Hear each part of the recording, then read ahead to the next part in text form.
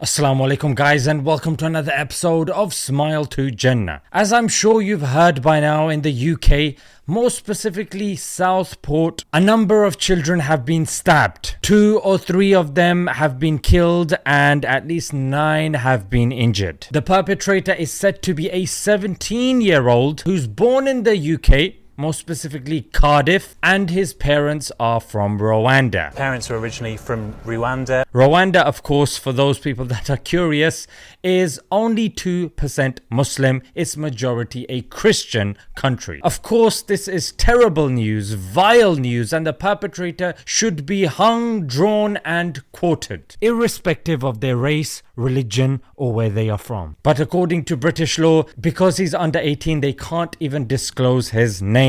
There is, however, a name that's been circulating on social media alongside many other misinformations. The name that's been circulating is Ali Al-Shakati, and this is a name that's been refuted by a number of news handles. There's been a false identity of the suspect circulating online. I've seen that identity and I can confirm it is absolutely wrong. Fact checkers have looked and seen where this fake news has originated from, and it was a page called Channel 13, which is a fake page that claims to be a news channel. This is clearly an Indian individual who claims and who is riding the wave and claiming to be a Muslim, celebrating these attacks. And another perpetrator of fake news was our very own Andrew Tate, who was amongst the 4 people that spread the false information that it was an illegal migrant, which led to the riots that we saw and the mosque that was attacked.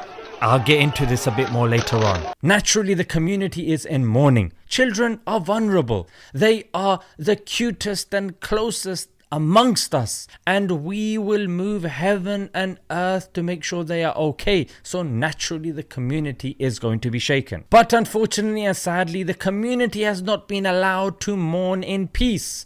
This has been hijacked by the right wing. More specifically, the media is pinning them as EDL supporters. EDL as a group, the far right extremists, may have disbanded 7+ years ago. However, the sentiment is still rife amongst the people, as one of the founders, Mr. Tommy Robinson, is the one that's been fanning the flames of division. And as we can see here, pro-rioters have been seen getting into cabs, in their groups, in their bunches and their herds, and going over there to cause a ruckus. Do they really care and understand what's really happened? Well, you can be the judge of that. Firstly, here is an individual who's a shopkeeper who says at least £10,000 worth of damage has been done and things have been stolen from his shop. And what are the things that have been stolen?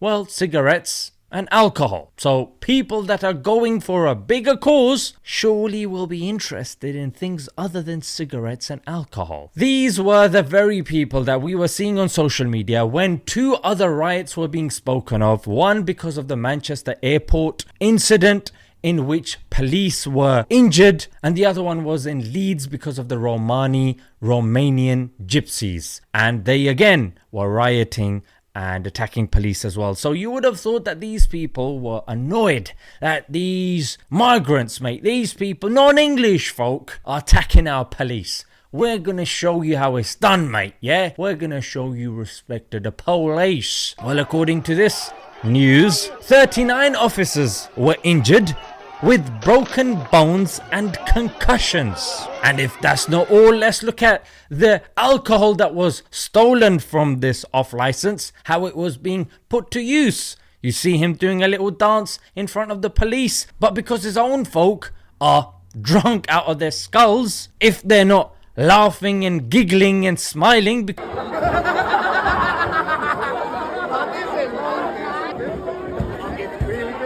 they clearly think it's some sort of concert, what are they doing? Well, they're attacking their own individuals. Oh yes, indeed. Ouch. That looks painful.